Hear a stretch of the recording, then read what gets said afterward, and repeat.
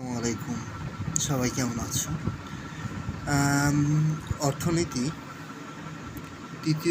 চতুর্থ অধ্যায়ের বাজার থেকে একটা প্রশ্ন। এটা হলো পূর্ণ প্রতিযোগিতামূলক বাজার, রাজশাহী বোর্ড 2023 সালে আসছে। প্রথমেই সরি বলছি, কারণ ভিডিও কোয়ালিটি ভালো না, হাতে থাকা অ্যান্সার দিয়ে ভিডিও করছি তোমাদের সাহায্যের জন্য। সামনে পরীক্ষা।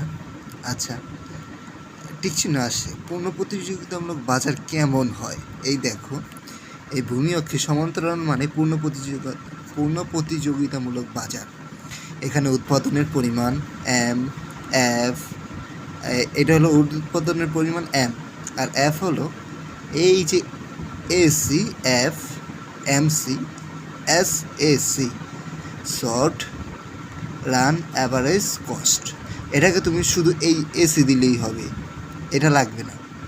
এটা থেকে তোমাকে দেয় টিচাররা একটু তোমাকে ঘাবড়ানোর জন্য, যাতে পরীক্ষার আগে তুমি একটু মাথা খাটাতে পারো। আচ্ছা, যাই হোক, এখানে বলা আছে উৎপাদন ডুওপলি কি? যে বাজারে মাত্র দুইজন বিক্রেতা পণ্য যোগান নিয়ন্ত্রণ করে তাকে ডুওপলি বাজার বলে। ধরো আমরা দুই বন্ধু কলম উৎপাদন করি, আর কেউ করে না।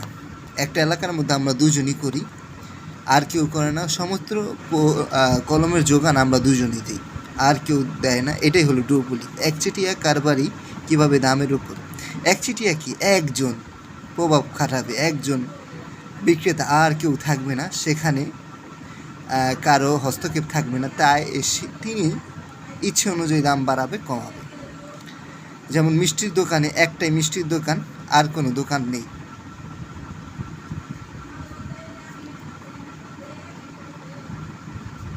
এরপর আমরা চলে যাব আমাদের কাঙ্ক্ষিত গ নাম্বার। এখানে অনেক বিস্তারিত কথা, এতগুলো বলার দরকার নেই, আমি দেখাইতেছি। দেখো, উদ্দীপক থেকে মোট মুনাফাটা বের করি। এই দেখো, রাজশাহী বোর্ড 2023 ফার্মটির মুনাফা নির্ণয় করা হলো। আমরা জানি মুনাফা পাই সমান সমান মোট আয়। অর্থাৎ মোট আয় মানে কি জানো? মোট আয় মানে TR, অর্থাৎ টোটাল রেভিনিউ। টোটাল অর্থ মোট, রেভিনিউ অর্থ আয়। এই যে মাইনাস চিহ্ন দেওয়া, এই মাইনাস এটা দিতে হবে মোট ব্যয়, TC, টোটাল কস্ট। এরপর আমরা তোমাকে এই যে মুনাফা বের করতে হলে মোট আয়, মোট ব্যয় বের করতে হবে। এখন আমরা মোট আয় বের করব। এই মোট আয় TR, এখানে অ্যাডভান্স লেভেলে এখন P ইন্টু কিউ, তুমি AR ইন্টু কিউও দিতে পারো। আচ্ছা, P এর মান কত আর কিউর মান কত আমরা এটা দেখব। P এর মান, এই দেখো, P এর মান হলো P2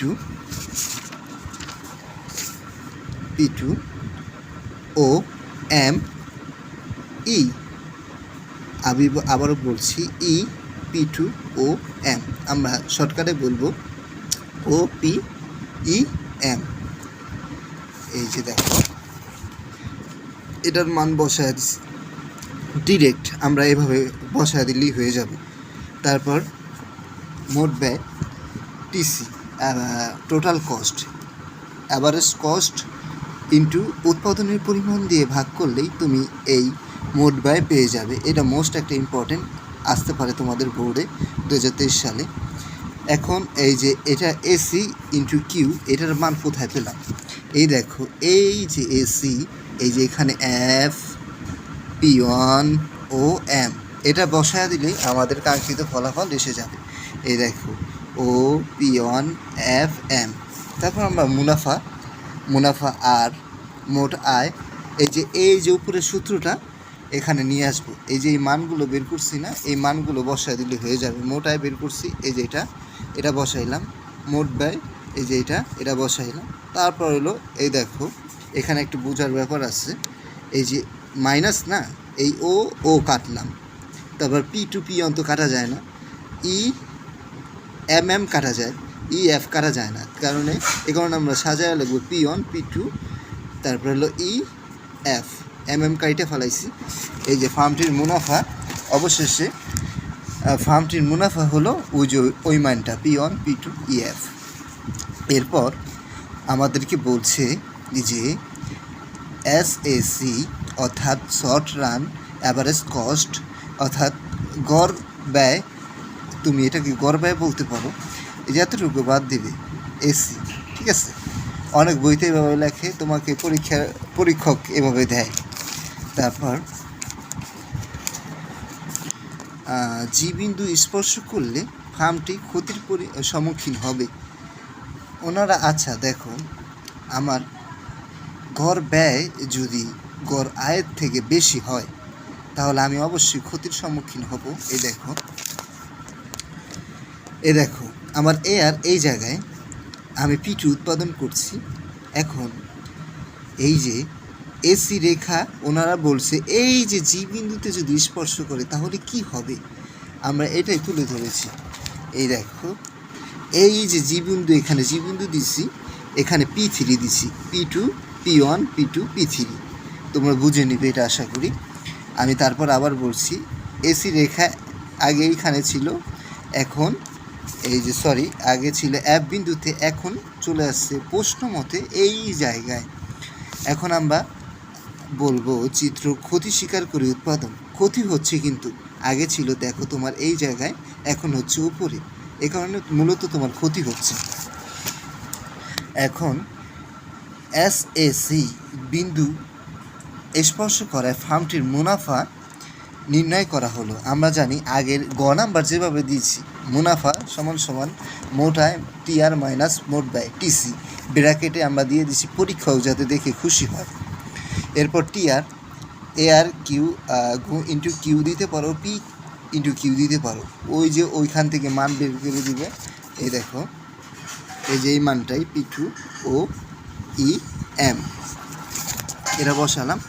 তারপর ওই যে জি বিন্দুতে স্পর্শ করায় এসি এখন কি দাঁড়িয়েছে টিসিতে, এই যে জি বিন্দুতে স্পর্শ করছে P3 G ও M, এই যে এই কিউর মান কিন্তু আমরা তৎক্ষণাৎ নিয়ে নিয়েছি। অনেক বইতে আমরা ভেঙে করিনি, ডিরেক্ট নিয়ে নিয়েছি। এখন মুনাফা, মোট আয়, মোট ব্যয়, এই দুটো, এই যে আগের সূত্রটাই লিখছি নিচে, আমি সূত্র আমি দিইনি, তোমরা দিয়ে নিবে।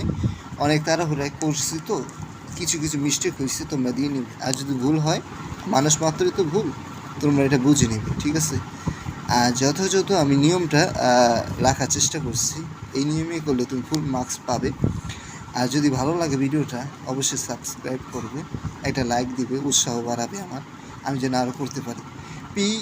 P2 EM ও P3 MG, ও কাটছি, P2 রাখছি, P3 রাখছি, MM কাটছি, EG দেখো একটু বুঝো, ও মিলে গেছে কাটছি, P2 P3 মিলে না, এই কারণে রাইখা দিছি সরাসরি, সাথে কোনো কিছু নাই এই কারণে রাখছি, MM কেটে ফেলছি, কাটা যায়, জি রেখে দিছি।